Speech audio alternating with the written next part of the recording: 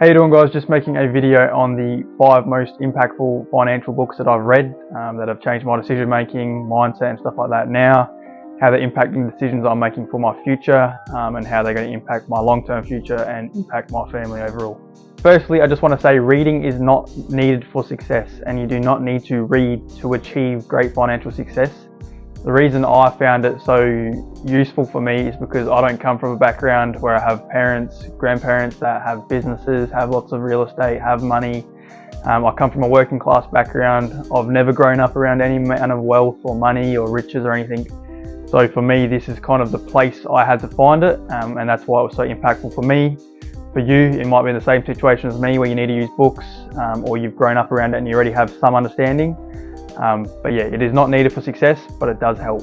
And also I want to reiterate, education is not the most important thing. The most important thing is taking education and actually applying it, actually taking action with what you're learning in the books.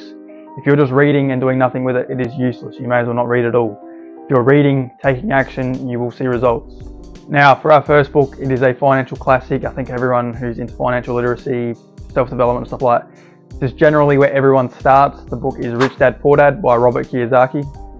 Now, this book is the perfect place for beginners to start. It gives you basic information on financial literacy, assets versus liabilities, investing, managing your money, all these types of beginner things that you need to start learning is a great place for anyone to start. And most importantly as well, it creates a shift in your mindset and kind of opens up your beliefs into what's possible financially and what's possible for your future if you just dedicate yourself to this stuff.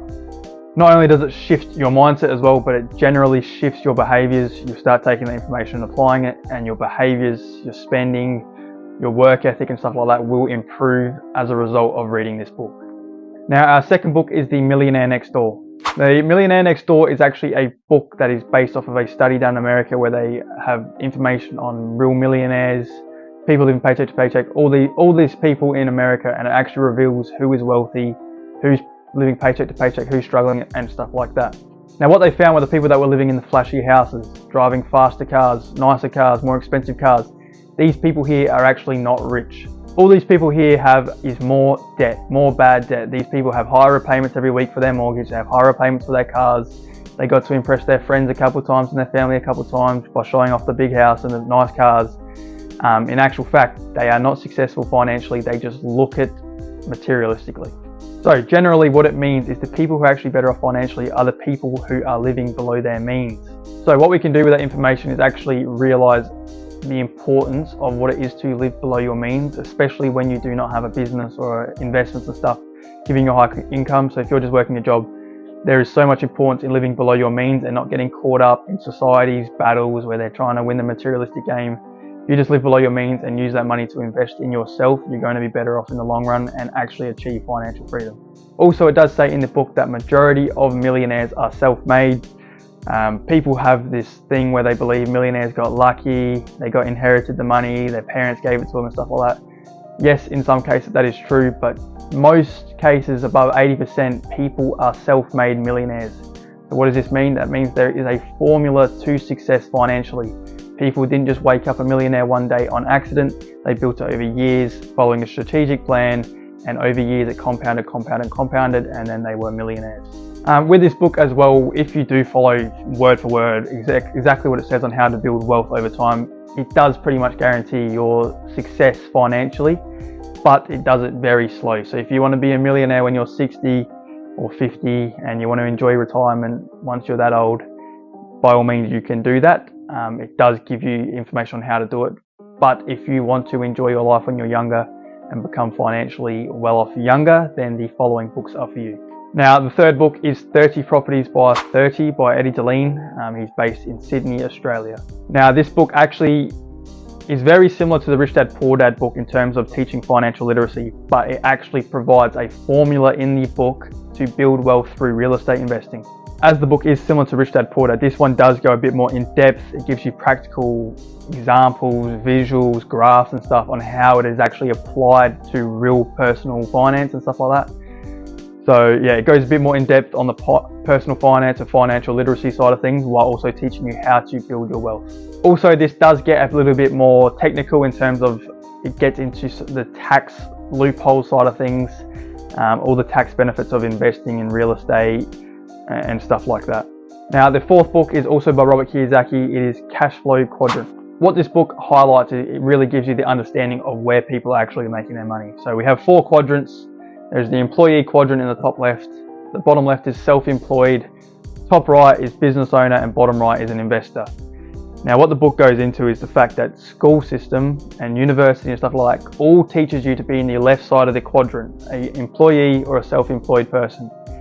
Now, what this does, it always means your time is directly correlated with how much money you make. So you can never make more money than the time you have. There's an earning limit that you'll always reach, and you'll never be able to become financially free in that column. So what does that mean if your earning potential is limited in that left column? That means you need to get to the right side. You need to become a business owner or investor, or a business owner and investor.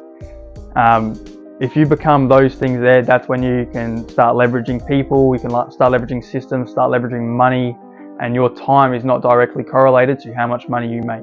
So the key is moving from the left side of the quadrant where everyone generally starts, and then moving to the right side of the quadrant. And this is what we're going to go into in book 5, which actually teaches you how you can become that. Now, the 5th book is also by Robert Kiyosaki. It is called Rich Dad's Guide to Investing. Now, this book, like I briefly said before, it shows you how to get from the left side of the quadrant to the right side of the quadrant, how to move from an employee, self-employed, into a business owner or an investor, or both. Now, when you read this book is very technical in terms of some of the stuff it's talking about, some of the tax stuff, corporate tax structures, all that stuff. So I would not recommend starting here. But if you can build a base level of financial literacy based off the first few books and then go to this, it will give you a deeper understanding on how to achieve financial freedom with the strategies in this book. So in this book, it actually says, it kind of gives you the formula to become a billionaire. Whether you can achieve it or not, that's up to you really. But in the book, it really gives you how to build from the start, from the left side of the quadrant, what to do with that money, where to put it, and then over time keep building it, compounding it, stuff like that, and eventually you can have financial abundance to the highest level. I'm going to quickly give it an overview of the book. I'm not going to say too technical because I won't do justice how good the book is. But essentially what you want to do to create wealth is you want to create an asset, aka a business. You want to use that asset in the correct corporate tax structures, using the correct tax write-offs to buy more assets, whether that's real estate, crypto, stocks, etc. You want to keep compounding your wealth and get to a certain point where you can become an inside investor, and you can start investing in private equity investments. And then through private equity investments, real estate, stuff like that, you can pretty much 10x your wealth over time and have financial abundance, not have to worry about money really ever again. So yeah, to round it up, that book is very technical, but if you can understand it and if you can apply it years on years on years, you will achieve financial abundance, you will achieve financial freedom, financial success. So that is the 5 books that have had the most impact on me, and I believe are the best books to start with in order to kind of build your financial literacy, change your mindset, change your behaviors and stuff like that, and slowly progress into the more advanced technical side of financial literacy books. So far for me, they've had the most impact, and I believe they do the same for you. If you have read any of those books before and you do want to reach out to me and talk about them, kind of bounce ideas off each other from the books, what you took out of it and stuff like that, do reach out to me because I do enjoy talking about it. If you do enjoy entrepreneurship, online business, personal finance, stuff like that, like the video, subscribe. I'll have plenty more coming, and thank you.